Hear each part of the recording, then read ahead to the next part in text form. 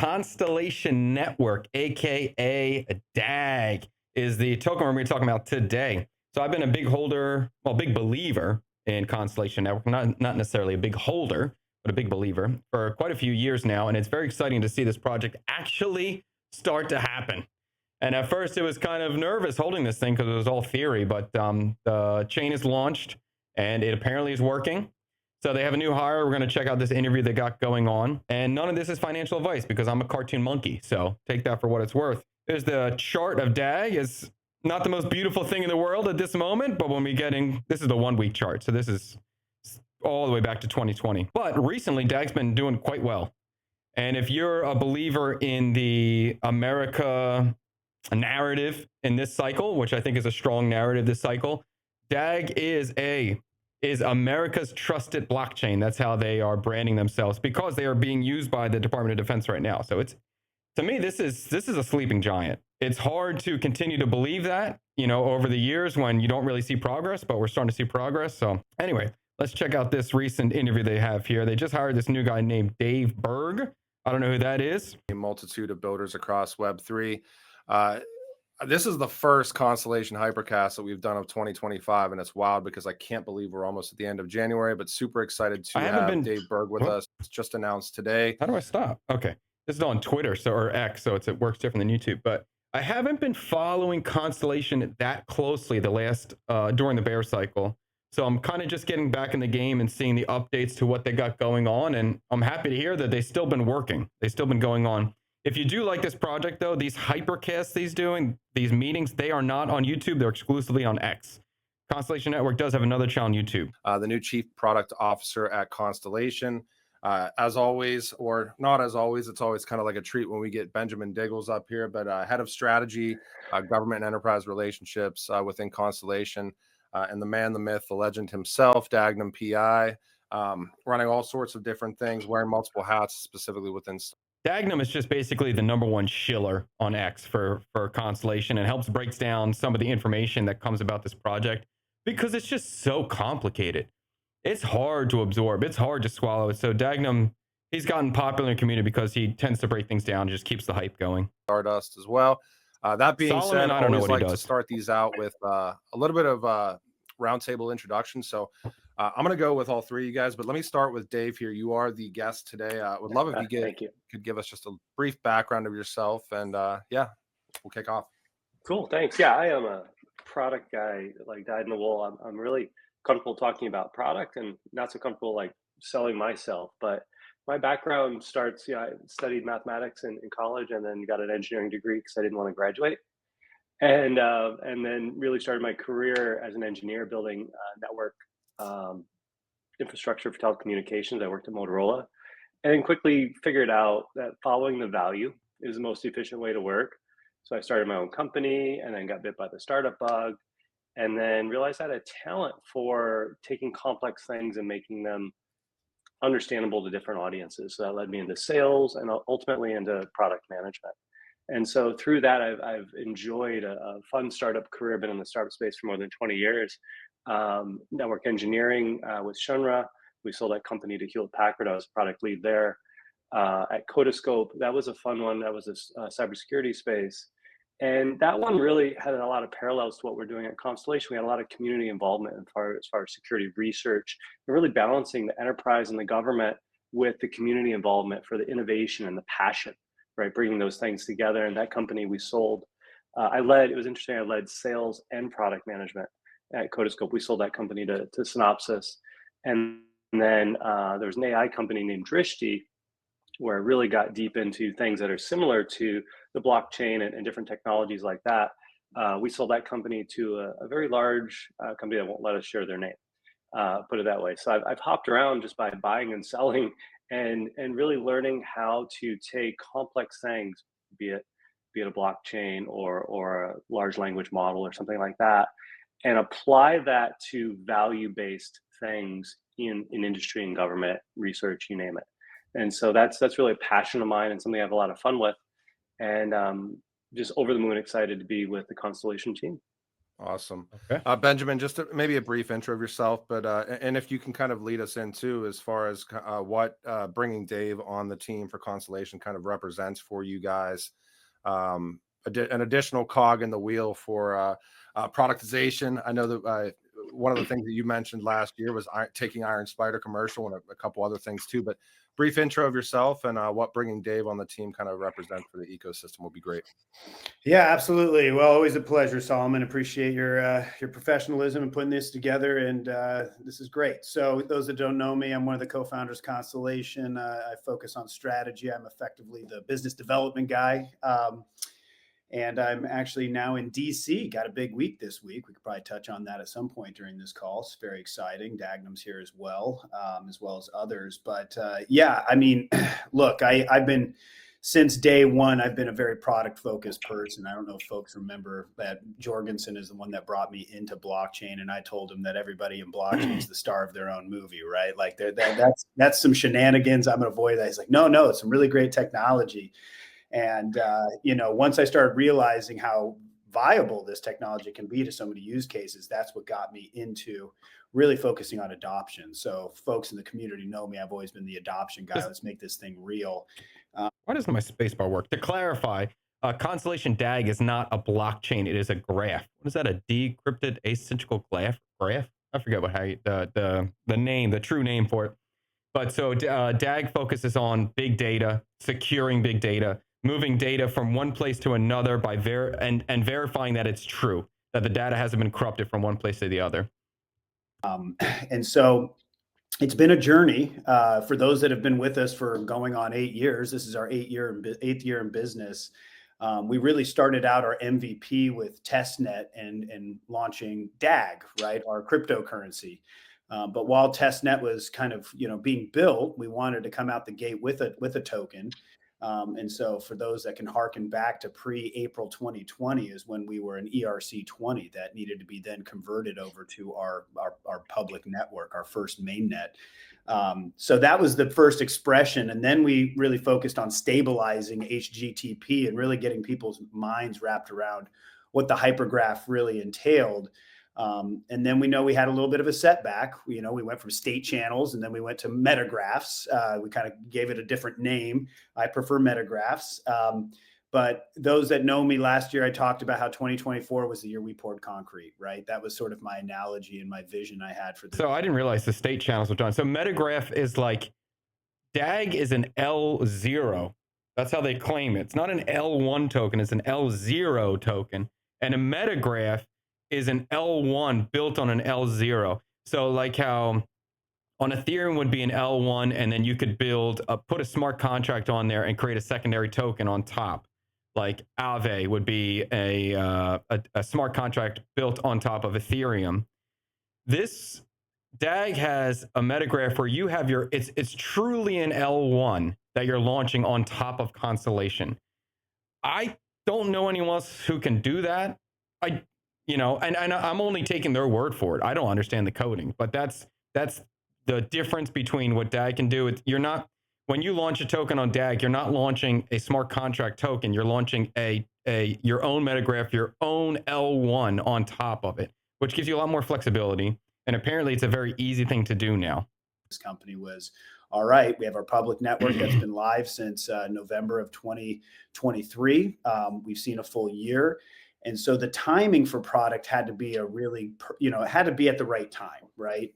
And so if we brought Dave in, even I would say 6 to 12 months earlier, he probably would have gotten really frustrated and had to kind of sit on his thumbs a little bit.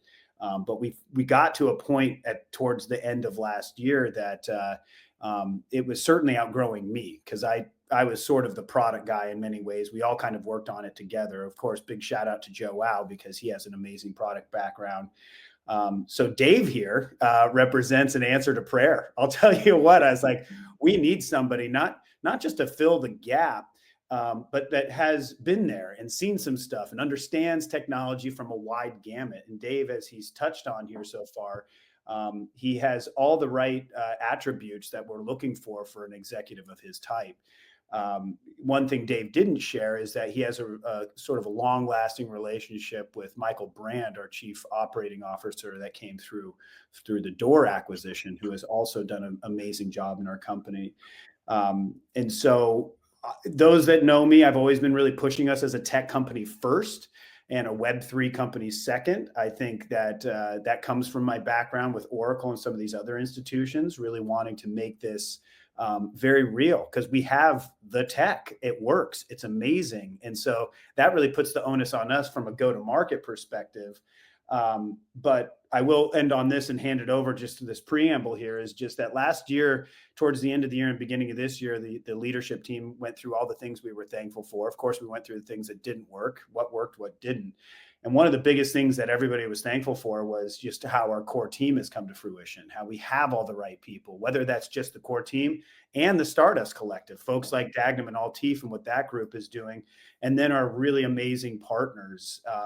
So Stardust I think the Collective is best just thing the with Dave community, the coming DAG in community. is not only does he have the chops, he certainly fits the culture. So I'll pause there and hand it back over to you, Solomon. Yeah, no problem. Oh, go ahead, Dave. Yeah, if I could just kind of riffing on that a little bit. Like you mentioned, I've known Michael, since 2017, and really respect him and have enjoyed that relationship where we work together, and we also have a personal relationship. But then I had an opportunity in 2024 to do a project outside of Constellation with Ben Jorgensen. So like I knew the team, and I've been watching Constellation for a while, and I've invested in other crypto companies, cryptocurrencies. I was a co-founder for a failed NFT company. I guess you win some, you lose some. But what I thought really separated Constellation from a lot of the noise in the industry is Benjamin, right? Benjamin Diggles here. His focus on the technology, focus on how can we. Benjamin Diggles is kind of a beast. He is very outspoken. If you follow the community, you can always hear him talk, and he does seem very well put together, and is dealing with a lot of the dumb bullshit, like all the different government contracts. Like that stuff is super annoying to do, and he seems the right guy or a good guy to be doing it. Take this cool stuff we built and apply it to industry. And that vision that grew, like you said, it's grown so much through his years of effort. That's not common. Right? You see a lot of these projects that are out there passionate about building cool stuff, but they miss the commercial hook. Or you look at commercial sides where they've got homegrown solutions and they're trying to scale them and tune them to their specific business, but they miss the innovation, the engagement, that passion that you get by something outside of just one line of business. So the kind of almost the vision, almost the clairvoyance that Benjamin has had to take that next step further in that direction was really exciting to me, because it gives me a lot of opportunity, a lot of good stuff to work with. 100%. Dagnam, feel free to just give a brief intro, and then we'll get into the meat and potatoes here. But I would love to hear about kind of the multiple hats. Certainly a big role in Stardust and everything else within the ecosystem. Yeah, I'm super happy to be here. How I got started with this whole thing was actually through the tech. So I have a background in healthcare, but I've always been fascinated and followed technology. I was like a day one Tesla investor. That's kind of like an example. One of these companies that I was actually following for years was Palantir, and Palantir is what led me to Constellation. So I was telling people about Palantir before they IPO'd, and I said, look, you're going to want to focus on this company, and here are the reasons why. And there was somebody in the room that said, well, if you love them for all of those reasons, you need to look at this company, Constellation. And crypto wasn't something that I was really following too much, just because I wasn't really aware of the application use that you could utilize blockchain for beyond just cryptocurrency. And when I found that out, I was like, holy crap, this is a game changer. I mean, if any one of these things that they're working on comes to fruition, I mean, that's it. And then I saw all the work that they were doing with the Department of Defense And everybody knows, like the internet, for example, was a Department of Defense research. The big thing with DAG right now and the Department of Defense is like when different units are working together, or even if they have autonomous vehicles, when the data moves from one person to another, especially in a military sense, you have to be certain that the data is not corrupted. You have to be certain that some negative force or negative person didn't say, hey, this airplane is 10 degrees to the left instead of 10 degrees to the right, and then there's an accident in that way. So that, at least as far as I understand, that is the big sell for the US military working with Constellation DAG. And it's just like, if that's real, and I guess all this shit is real, it's pretty incredible. And I don't know why DAG has not pumped like wild. Anyway. Research project, right? And so like it's really exciting to me, like seeing all of this come to fruition now. And I have no problem that things don't happen as quickly as some people might anticipate. But look at Palantir, for example. They started in they started in 2002, and 20 years later, now it's like a household name, right? And big things are happening this year for Constellation, because the building blocks are essentially completed. Anybody right now can go out there and build an application-specific network on top of this network. There's an SDK that anybody can download. If you want some help financially, you can come to people like Stardust Collective, and we have grants for people that want to build application-specific network. And apparently, DAG is super easy to implement into your already ongoing system. You don't need to like restart anything. I don't get all this, Mart. Like maybe I'll get deeper into this. And if you have questions, try to ask him. I'll try to figure out and be able to answer these clearly.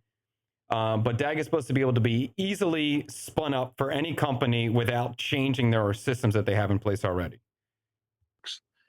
So yeah, I mean, I'm super excited that we've got somebody like Dave and his background that's just going to cut through all the red tape and just get like levels of adoption on unprecedented levels. That's what I think that we're going to be saying, and that's what I'm super excited for. Yeah, I want to ask, and I think we kind of broadly touched on your previous experience, or as Mr. Diggles prefaced, the chops. But I would love to kind of maybe, Dave, from your stance, lessons learned from that experience that you've had, kind of what you've seen within Web3, and how you kind of see those lessons and what you're kind of looking at within Web3, how that interacts within the role of CPO within Constellation. I know it's kind of a broad question. You could go in a lot of different directions, but just in general, your experience within enterprise, also your experience within Web3, and what you kind of bring to the table within the ecosystem. Yeah, I'd say, well, thank you. So yeah, it is kind of broad. I'd focus it on two areas, the in and the out, right? On the in, you have to set yourself up for success, right? You have to do the penetration testing. You got to do the security reviews. You got to make sure that your things are scalable in the right directions, that you're properly licensed, that you're contributing meaningful things to the community. You're doing those things that if you suddenly get a huge contract, you're gonna be fine with. You're gonna be able to fulfill that with confidence over the years. And then the second thing is, once you've set yourself up for success, which actually never stops, right? You're always tuning and adjusting as your business changes. But focus, right? When you're looking on the outside, where's that value? Follow the money. Like what are you going to do, not just to be this novel gimmick so they can check a box and say, hey, we're using blockchain, but what are you solving? And pick a very small number of things you're solving, 1, 2, 3, right? If you can't keep them all in your head, you're doing too many things. For a company of our size, for something we're trying to do, and do those things really well, while looking to say, okay, if I do this for you, like it's public knowledge that we're working with Panasonic, if I tune our solution and we build it out great for you, is that something I can then bring value to somebody else with, right? You're always looking at the scalability. Some things are going to be unique. That's life, right? But you're always looking for those patterns. How am I going to replicate this? How am I going to grow this? How do I build on top of that? And if you can do those two things well, you can set yourself up for success and keep an eye on the value and focus, then things are going to line up. If you miss one of those, if you do a great job focused, but you can't maintain it, you can't manage it, it's not going to go anywhere. You set yourself up for success, but have no value. What good is that, right? I have, one of the things that I think we talked about, because I know that you and I did an intro call like a week ago, Sure. and then we, a little bit prior to this as well. And I think everybody here has seen that there is like this status quo in blockchain and across networks. It's like, well, everybody's doing this, so we should do that same thing and hope for the same success and X, Y, and Z. And I always find that a really interesting model that a lot of networks try to take, because it's like, yeah, but like 95 to 98% of the world still isn't even in blockchain. So it's like, are we really doing anything meaningful for adoption, or are we just kind of like playing this every 4-year cycle game where everybody's trying to like innovate and then catch up to the innovation, and then it gets oversaturated and then we restart? So like, I guess what I want to ask Benjamin here, since you're up here, is like, from the past year, what have you guys seen that are kind of the unique touch points of a network like Constellation? I can think of the hackathon and some of the stuff that came out of the hackathon as far as the data use cases, the AI use cases, and just curious, like your guys' thoughts about kind of disrupting that status quo for real world adoption. And maybe that's not a focal point, maybe it is, but just kind of opening it up there. Yeah. I mean, I think, well, I have a strong opinion that no one gives a shit about blockchain. Just going to say it. No one cares. No one's out there to buy blockchain. 100% of the randos that ask me what I do for a living, and I try to push it off saying I just do technology, and then they eventually drill down. I say blockchain. I guarantee Benjamin Diggles knows what he's talking about too, because all he does is talk to businesses and people trying to get them to implement it. So all he hears is no all the time, or we don't care. So he knows what he's talking about. 100% of the time, it devolves into cryptocurrency. So, what token, like that's all people know. And there's differing of opinions, me and Gerard have over at the Global Blockchain Association, or Government Blockchain Association, I think that crypto is sort of a paradox, right? It's been one of the best and worst things that have happened to our industry, largely because the good side is it exposes a lot of people to this stuff. The bad side is that they're all just kind of focused on the financial aspect of it versus really taking a hard look at the leaps and bounds this technology can make in certain workflows, right? And so, that was one of the big things last year, is that when we launched Metagraphs and we really had a chance to kind of get feedback and see what happened through things like the hackathon, is people were blown away that it's like smart contracts on. If anybody knows the difference between a state channel and a metagraph, let me know in the comments below. If there's a video that breaks it down, let me know, because this is the first time I'm hearing that state channels are gone or not a thing. Steroids. It's like, wow, these guys have figured out the Oracle problem. They've, it's the bad side is it's not very straightforward. A smart contract can do just a handful of things. But the good side is that you can customize your data sets and do things with our metagraphs that you just can't really find anywhere else.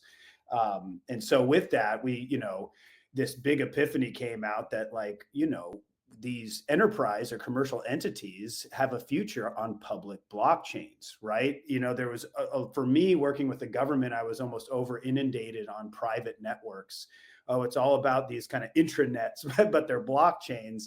And I still believe there is a place for private networks.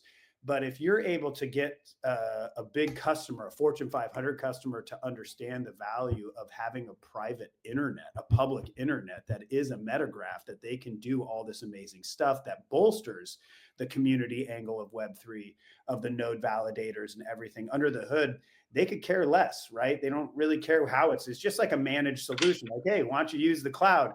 Great. Do you want your own cloud to manage? They're like, hell no. Can I just pay you to manage our cloud for us? And to me, that was a big breakthrough. And I feel like, Dave and I, we only had like an hour conversation before I leaned back over to the other teammates. I was like, we need to hire this dude. He's amazing, right? Because him and I were in lockstep that I was like, look, I'm not out to sell blockchain.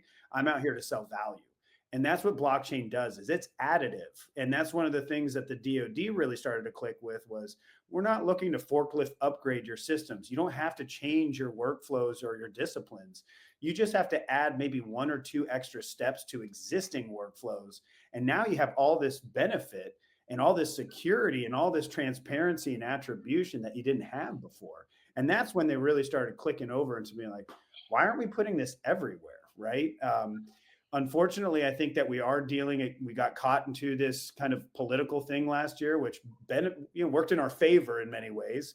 But it was one of these things where like, 20% of Americans have cryptocurrency. So it became a political topic, which is fine. But now, as we've seen just in the last 48 hours, I don't know what he's referencing. this, like Trump token and stuff, that like, we're dealing with an unprecedented amount of noise that really makes it a little tricky for an outfit like ourselves to cut through and focus on that additive value to legacy systems that involve Web3 tools that will benefit our Web3 community and the blockchain industry and digital assets.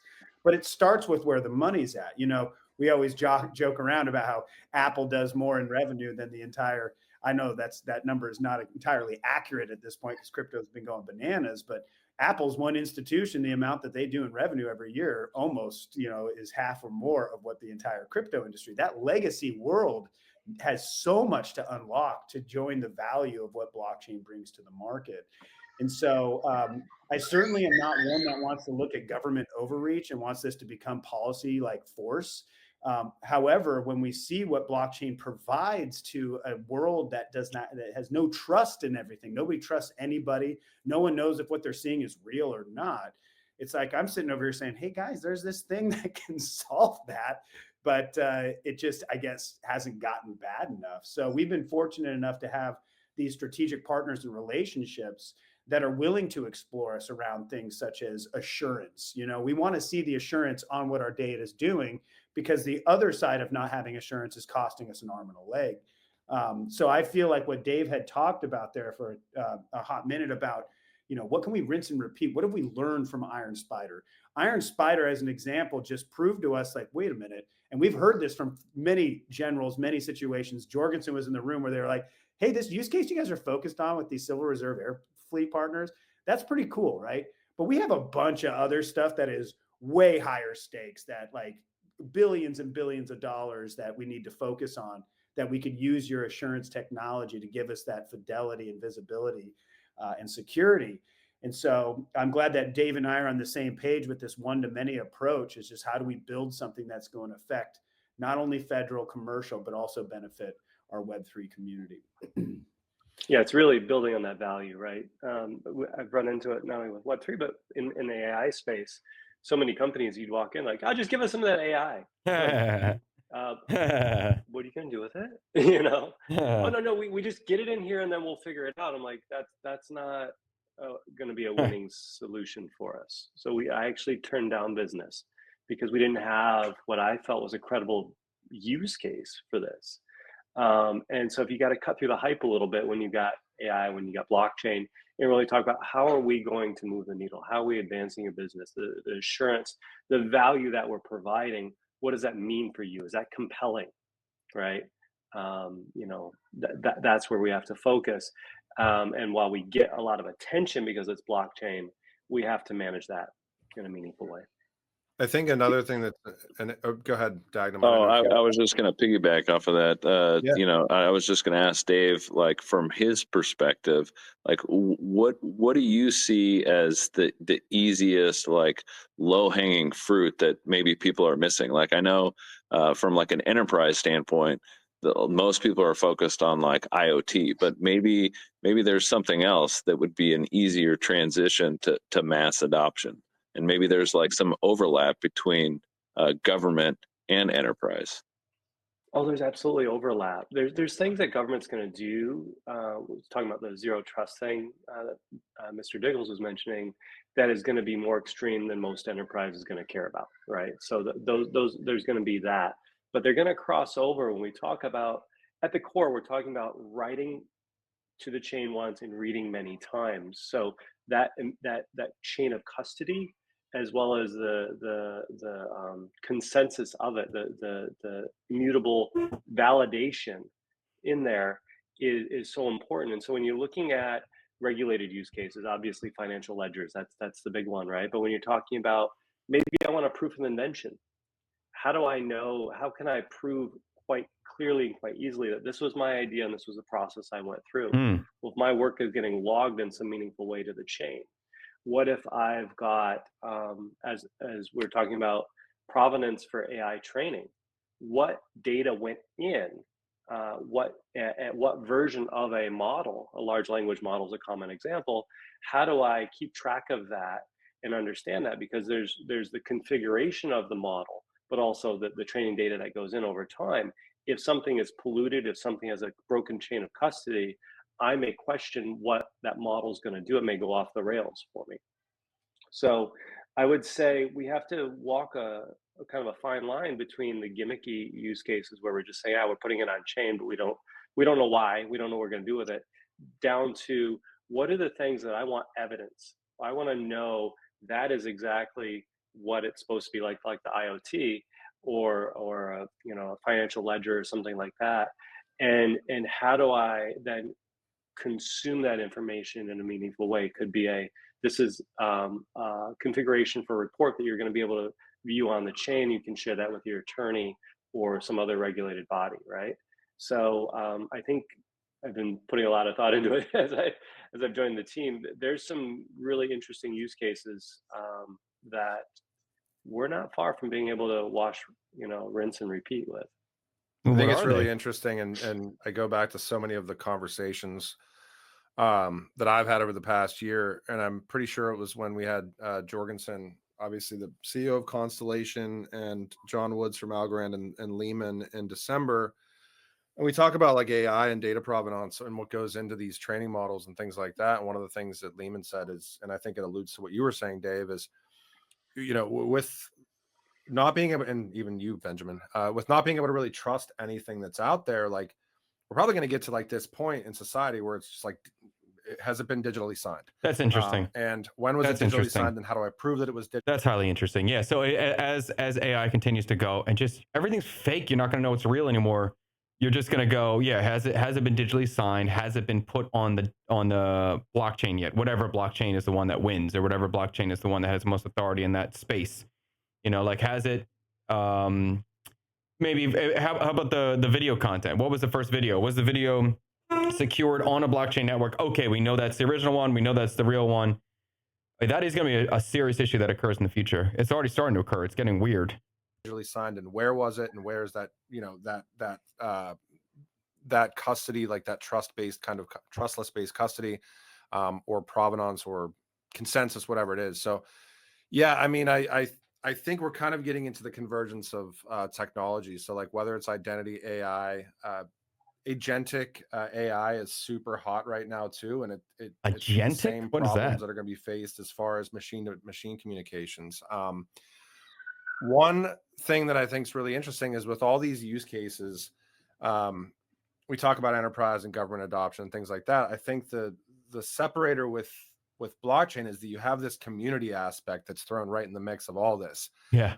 So I guess the question I would have for you, Dave, is like navigating that gap between enterprise, between government, and then certainly community, because there's a lot of community eyes looking at everything that's going on within these networks. My mission is to get rid of the gap, really. Like I mentioned, the government's going to have specific things that they're going to do that nobody else is really going to want to invest in. Enterprise may have some corner cases and all that. But for me, it's that balance, that the reason there's a community, because we want it all to lift up. We want it all to make it better.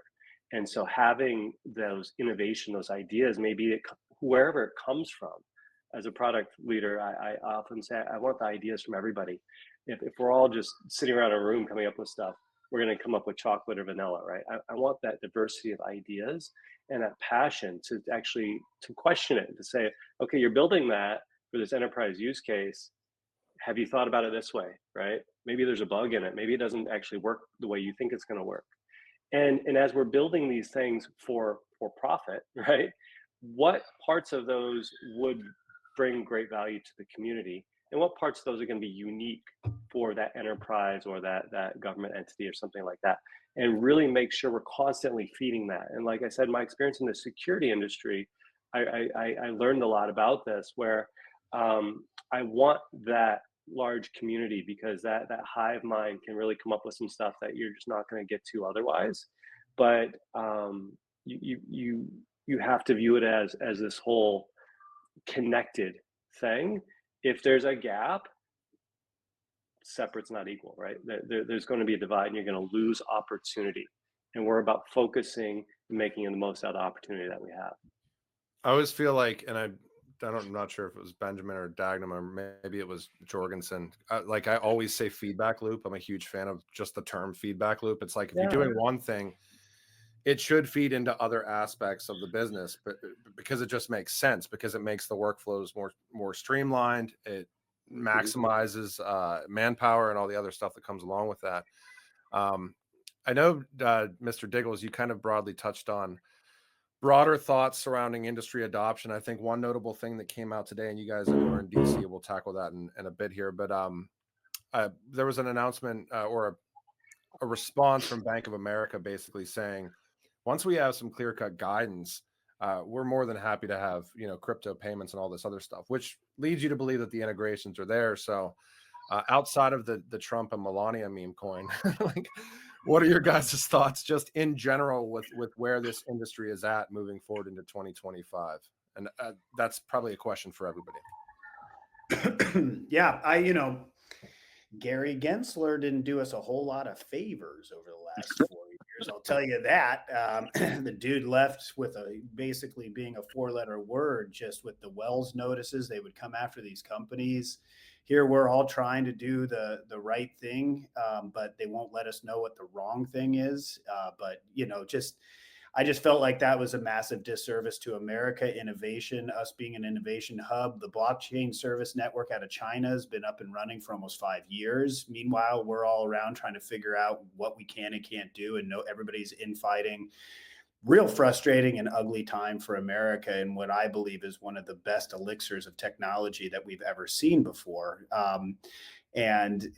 So when we look at a lot of this stuff around these banks that are being like, yeah, we can hook this thing up like tomorrow, just because it's not a new industry. The Bitcoin paper, January 2009, and a lot of groups have been R3, Corda. I mean, there's so many amazing groups that came out very early that have helped define consortias around how to do best practices with finance, how to really focus on the unbanked, cross-border payments, remittance. Like, there's so many amazing things that can help humanity as a whole when it comes to this amazing technology. And yet here we are as a country just doing it a disservice, forcing a lot of companies to incorporate in places like the Caymans and whatnot. So it makes sense why a Bank of America or whoever is going to be a little bit offstandish until they got those clear guidelines. But you got to imagine they're foaming at the mouth, right? Because as soon as they bring that on, that's going to be a big bucket of business for them. And that's going to unlock a lot of net new interoperable payments in a way that's never been done before. I've often said, if you fractionalize the pipes and you fraction with blockchain and you fractionalize the finance with crypto, you've just opened up a world of net new use cases that are part of a brush we've never used before to paint with, right? Because it just was off limits. It was silly. Nobody's regulating and whatnot. So thank God we have an administration coming in that's, I think sort of in a way slightly taking advantage of it, but heck, I don't care, as long as there's attention going towards it that is going to help some of these institutions that do have the real power to shift the industry from a corporate perspective. They get in the game, it's just been a real frustrating road. Even to this day, I have, older friends that reach out and they're like, I just installed MetaMask and my nose started bleeding because I have no idea what I'm looking at. And I'm like, why are these tools so hard to use? Why are they so expensive? Why does it cost 30% of a transaction on Ethereum to send a transaction? Like, this is just, it really has been so nascent. And I think a large reason is because if people are building stuff, everybody's a little hesitant. We might as well focus on what's working, what's making money, versus on dabbling with the real world, because the moment we do that, we're going to have a light shined on us that we may not want shined on us. Sure. Constellation, as you guys know, decided to lean in heavy. We decided to get in bed with the biggest entity on the planet, the DoD, right? I had to go through clearance, which was an extremely uncomfortable thing for me, right? As a commitment to not only Constellation, but I'm such a believer in this technology. And what we're seeing right now, especially on the crypto side, to your point, Solomon, is there's always this Me Too stuff. Oh, these guys built this, we're going to build this. Oh, we're going to do this, they did that. Just because there's so much money. If cryptocurrency is moved in any way, bought, sold, traded, if markets go up or down, all of that sideways, there's money to be made. And so there's become this echo chamber of all these, L1, L2 solutions living on top of what I believe is a World of Warcraft game that has unlocked basically like these treasure chests that if you know how to off ramp, you can go buy a Lambo in the real world, and that's kind of sparked a lot of people's imagination. But what I'm excited about is seeing institutions like a Panasonic leaning in and say, hey, all that stuff's fun, right? But we have some real infrastructural needs over here that you guys have this one piece. And what he's saying about Panasonic and DAG just came to an agreement. So that will be further explained and announced, I think, in the next first quarter of 2025. That's what it's supposed to be. That if we add it into our workflow, it's going to demonstrably change how we work with our customers and our infrastructure as a whole, our footprint. So I just want to poo-poo on the AI industry for a minute. That's a great example of Me Too.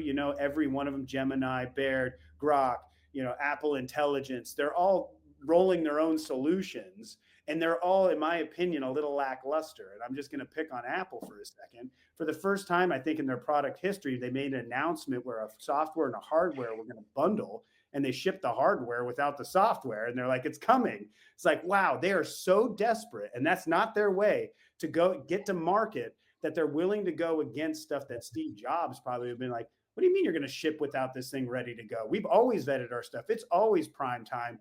Sans maybe things like the iPod and some of the other stuff that early on had some issues, but it's like they're all foaming at the mouth to get their systems into as Copilot. We got to get this stuff out there. Meanwhile, Copilot and a lot of these things still are struggling with hallucinations. Apple even had to pull it back and remove it, and now it's sort of back on the back burner because all the features they were promising and all these wild commercials just aren't there yet. I want to see that with blockchain. That's what I'm hoping for in 2025, where there is an arms race where companies are like, how do we get this involved in our stuff to regain people's trust, regain visibility into an area where right now we've sort of given our sovereignty over to the war of the machines. You know what I'm saying? Like all of these things are making machine learning decisions on our behalf, and we're starting to lose touch with reality. And I believe blockchain is going to be something that's going to ground it. I know that was a passionate response. That was an awesome response. I kept thinking about I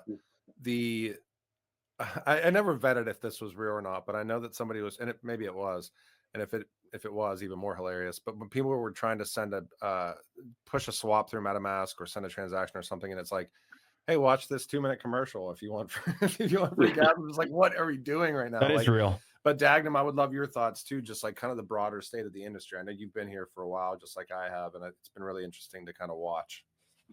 Yeah, I think like all these meme, tokens are a distraction, right? I mean, everybody, it's just sucking up all the oxygen in the room, and then meanwhile, it's just a small piece in the digital forest. And I'm just waiting for everyone to realize that they stepped in a forest. Instead of just looking at this little clover leaf on the ground that they stepped on, realizing that there's just an infinite amount of possibilities. One of the things, we're in DC, that I believe is gonna happen first is you're probably gonna see a stablecoin bill pass, right? Because there's no doubt that using distributed ledger technology is infinitely better than anything else. You can have banks, you can have institutions, clear settlements instantly. You can have people use Starlink, and you can pay them instantaneously. But then beyond that, there's other layers, right? With secure information sharing, something that Constellation has proved to the federal government it can do at scale. And this goes back to the AI stuff or sending healthcare records. Like, how many hacks did we see last year, right? And I just got a letter in the mail like 2 days ago that was like, you might be up for a settlement because of a data breach. And I'm just like, and then the data breach itself tells you to get identity monitoring through a credit company that also had a data breach like 5 years ago. I'm just like, well, that doesn't sound like the safest plan, but sorry to interrupt. Go ahead. Yeah, no. But yeah, so that's where I think that we're at. And that's what I'm really excited to see. I think there's going to be legislation passed that if certain entities, certain businesses want to participate in like sending your healthcare records or, sending your, like Dave was mentioning, patents. I think today or just maybe yesterday, I posted about the U.S. Patent Office. They have this thing around AI, right? And so this is the future that I think that we're going to have in 2025, where you're going to have laws passed, where you're going to have to prove that something is true. Because I mean, yeah, AI is cool, but there's a lot of bugs, like Copilot, for example. People were tricking the Copilot AI to gain access to administrative use cases, right? So people, it's crazy, right? I mean, it's a cool tool, but there needs to be safeguards. So, and it's a great lesson, like you're saying, we don't want to repeat the mistakes that the world is making with and continues to make with AI. The great thing about what we're doing is our use cases, product guy, right? Use cases are more bound, right? With AI, today you don't have full explainability. You actually don't know what it's doing, how it got to that conclusion. We bring immutable references to the table, right? We can explain these use cases and we can be more deliberate about what we're solving, what we're not solving. And so for all the stuff that you guys are just saying, that's where I get excited, because this is an easier problem to solve than the AI problems, many of them that they have out there. Yeah, and it goes right along with what Elon wants to do with DOGE, right? So the Department of Government Efficiency, right? It's spotlighting and highlighting all those inefficiencies. And if you put a lot of this stuff on chain, you could remove any doubt, what happened, yeah. Right? Or where it went. Yeah, I mean, I was coming from the military, like, and seeing some of the supply chain stuff, as far as like how much float is added into costs whenever you're buying stuff and you're in the military. Like, there was, those ladders you climb up at the amusement park and you ring the bell and you win a prize, and they're like rubber or plastic. And I remember being like, oh, it's probably like a couple $100 ladder, and we had to repurchase one, and it's like $6,500 for a ladder. I'm just like, oh my God. So yeah, I mean, that's the thing though. I mean, Dynamon, that we've seen is that, like, I'm sure that there's been hesitancy for that level of transparency. And I'm sure that certain portions and certain sectors stay private, like as Benjamin said as well. They're just going to have to. But one thing to say about Constellation Network is it's supposed to be a feeless network. So these transactions are free in a way. I mean, not free in a way, but free. So trying to put this data on chain, or all these different proofs of information on chain, on Constellation would be financially feasible compared to Ethereum or something else like that. Think from a just efficiency standpoint, let alone, I think we all kind of know what's coming. I want to talk government adoption while we still have a couple of minutes here. I know you guys are in DC right now. I know that Benjamin, when we had the chance to do our interview in December, the work that you guys are doing with the Digital Chamber of Commerce and leaning really heavily in and supporting that innovation in America and how important that is. Talk about what you guys are doing in DC right now. Yeah, we'll open the floor up as far as kind of maybe government adoption.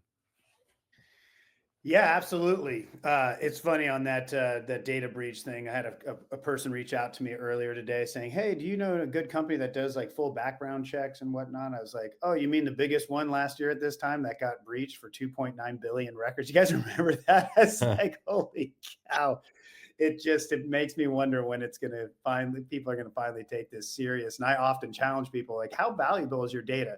Oh, it's really valuable. Is it on a blockchain? No. It's like, well, then it's probably not that valuable. Let's be honest, right? Like, we want to protect that stuff. And so anyway, going into the DC stuff here, as many people know, inauguration yesterday, new blood in town, a lot of new movement. And we've been prominent around that American Blockchain Act bill that was in that continued resolution effort in Q4 of last year. So we helped sort of shape that through last year.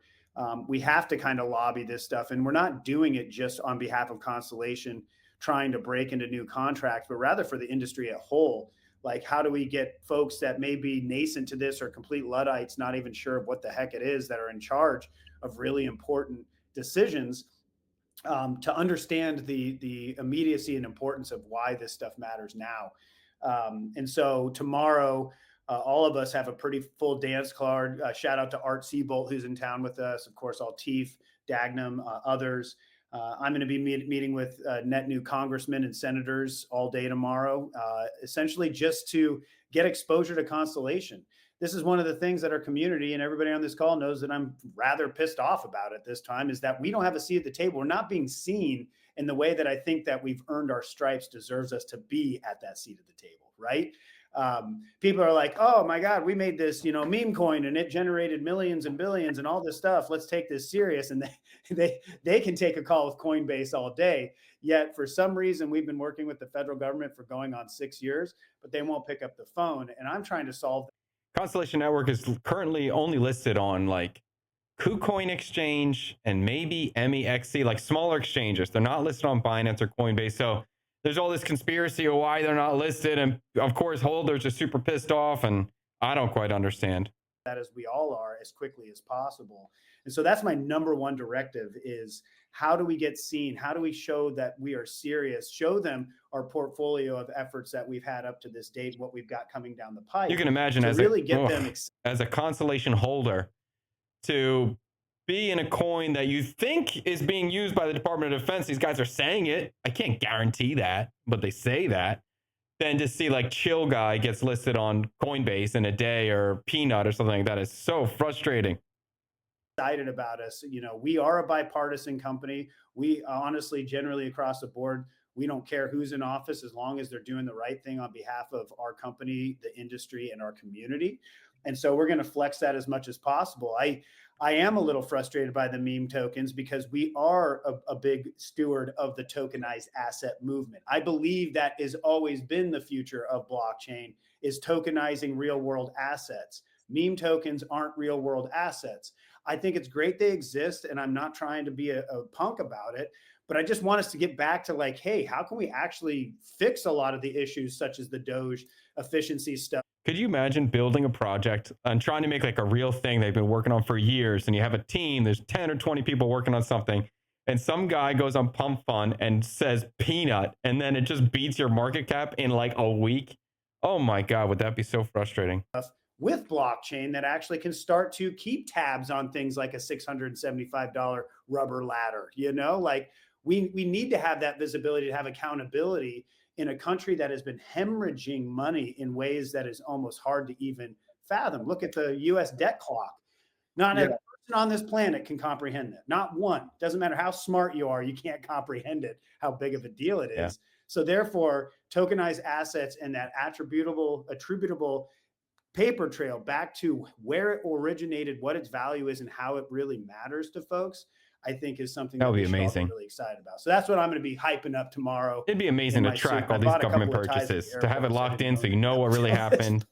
You can bring it back. Who gave the I'll say to like go one buy thing, this overpriced thing? Obviously, like there's the Made in America kind of stuff that's coming out across the price aggregators in the space. And I won't get into price or any of that stuff for speculation in this call, but I will say, like, whenever these categories come up in the CoinGeckos and CoinMarketCaps of the world, I do find it interesting that we're in an industry that consistently talks about a level playing field and the democratization of finance.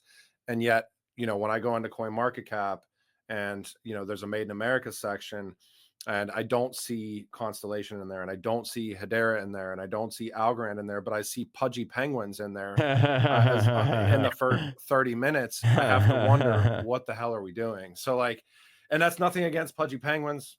Great project. And I know a couple of people I kind of mentioned down the side were like, oh, it's a great project, and it actually is retail adoption stuff. I'm like, yeah, but at the end of the day, like, you have companies that have been fighting tooth and nail for this industry, trying to innovate, trying to not get into hot water from the regulation standpoint.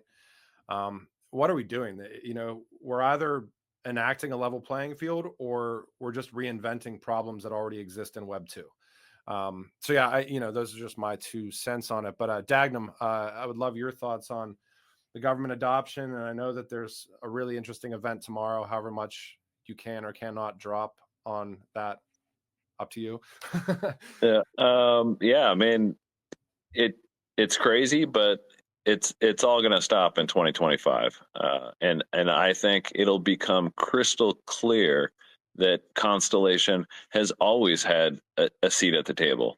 And like Benjamin was saying, so tomorrow morning, him, Altif, Art, myself, we're all going to be tackling Capitol Hill. We've got something like 20 meetings with 20 different senators Wow. and representatives of the Wow. government. We're going to be there literally all day. And then at the end of the day, there's going to be this big party, which is hosted by Constellation and Digital Chamber. And over 80 members of Congress are going to be there. Essentially, 20% of Congress is going to be at this event, Cool. plus the White House, right? So you've got White House, 20% of Congress is going to be at this Digital Chamber after party. And it is a pretty exclusive party, because we turned away members of the press. So New York Times was denied, Associated Press was denied. This is, so we're all day tomorrow is going to be government adoption. Awesome. And then Dave, I would love your thoughts just Good to on hear. how important it is to, really kind of lean into the discussions that are going on within the United States as far as blockchain adoption is concerned. And then I'll go into forward-looking statements. And We to Benjamin's point, we need a seat at the table, and we're taking that, right? And because a lot of policy is kind of coiled up, waiting for the inauguration, but a lot of policy is yet to be written, and they're just trying to do the right thing, right? And so they might not know what the right thing is, and we can help with our voice guide the group to the right way, right? Because the longer you push it aside unregulated, a couple things happen. One, as was pointed out earlier, our other nations, I don't want to label them much more than that, they're out running full speed ahead, and that just keeps separating them from us, and we have so much catch up to do. What's he talking And the about? second thing you China? have is you have the haves and have-nots, people who know how to play the game, the tricks. We're going to chase this and chase that, and then I'm going to go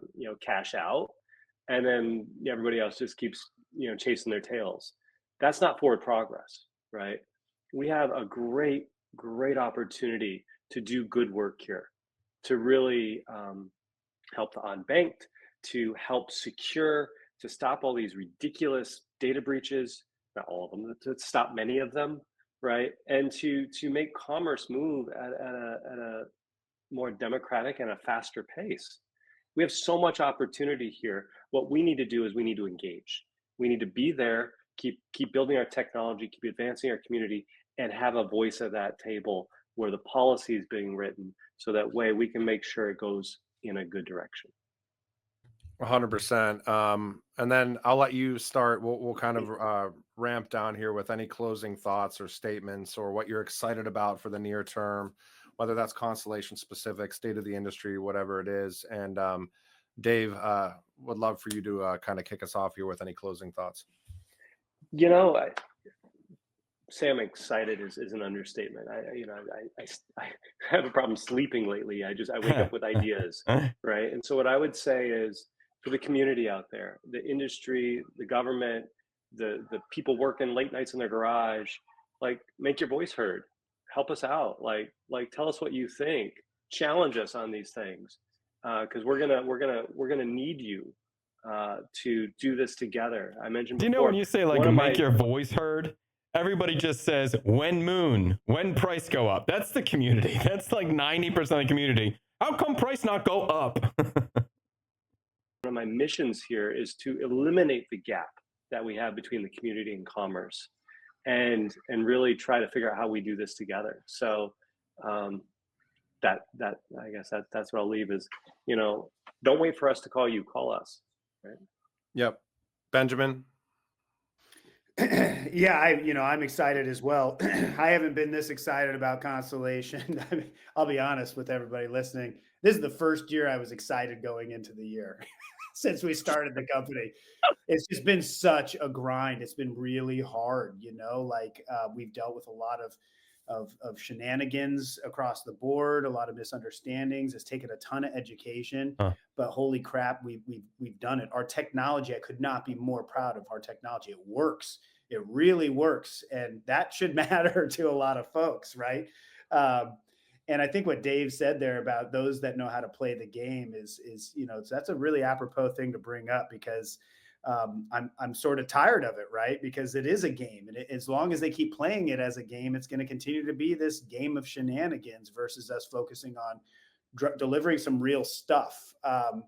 And I think that the real goal this year, while pouring concrete, was the goal last year, focus this year is really going to be why Dave is going to make such an impact. He's only been here a few weeks and has already pulled me out of a fog of me being so inundated and institutionalized from a week by week perspective to be like, wow, by you just asking that question, I see the company differently. It's like, oh my God, this is amazing.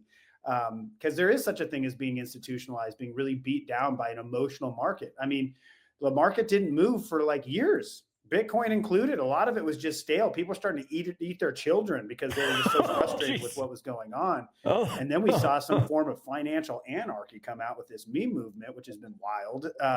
That said, I think for us to stay focused on what we believe is going to be one of the industry, real pillars in the ground that we get known for, is like, oh, Constellation, they do X. They do that thing that we all know about that adds absolute value to all of these different workflows.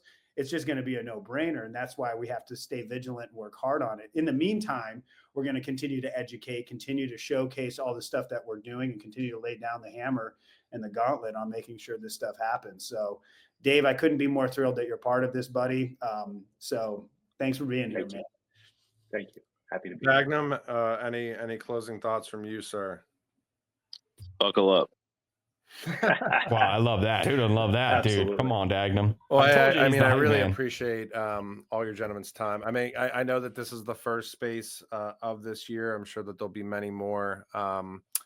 Last month we had the pleasure of, and I'd be remiss if not saying that we did a couple of really cool spaces last month with the Common Crawl integration and their metagraph. And for those not aware of, pretty much every LLM in the world in some way, shape, or form touches Common Crawl data, and what that's going to represent for the AI data provenance, certainly Panasonic and everything else. But Dave Berg, new Chief Product Officer at Constellation. Thank you so much. Benjamin Diggles, Chief Strategy Officer, Enterprise, Government, everything else. All right, call it there. Interesting. Not anything mind-blowing there. I don't really know exactly what Dave Berg is focused on. Seems like a well-spoken guy. We'll see. Are you holding Constellation DAG in your wallet or in your portfolio? Have you heard about it before? If you dumped it, let us know why. If you're holding it, let us know why. If you want to know more about it, let me know. I'll try to do a video dedicated to it. I think it's a great project. I really do. I think it is a sleeping giant. It is a made in America coin. I believe in the American narrative. So I think this is, I don't know. I like it. I'll say that. If you appreciate what I do and you want to help me out, you can send to my Bitcoin address below. If you are into meme coins as well, you can check out the Most Elegant Monkey Ever. That is my favorite meme coin right now. I think it's the biggest opportunity in crypto. And until next time, stay elegant.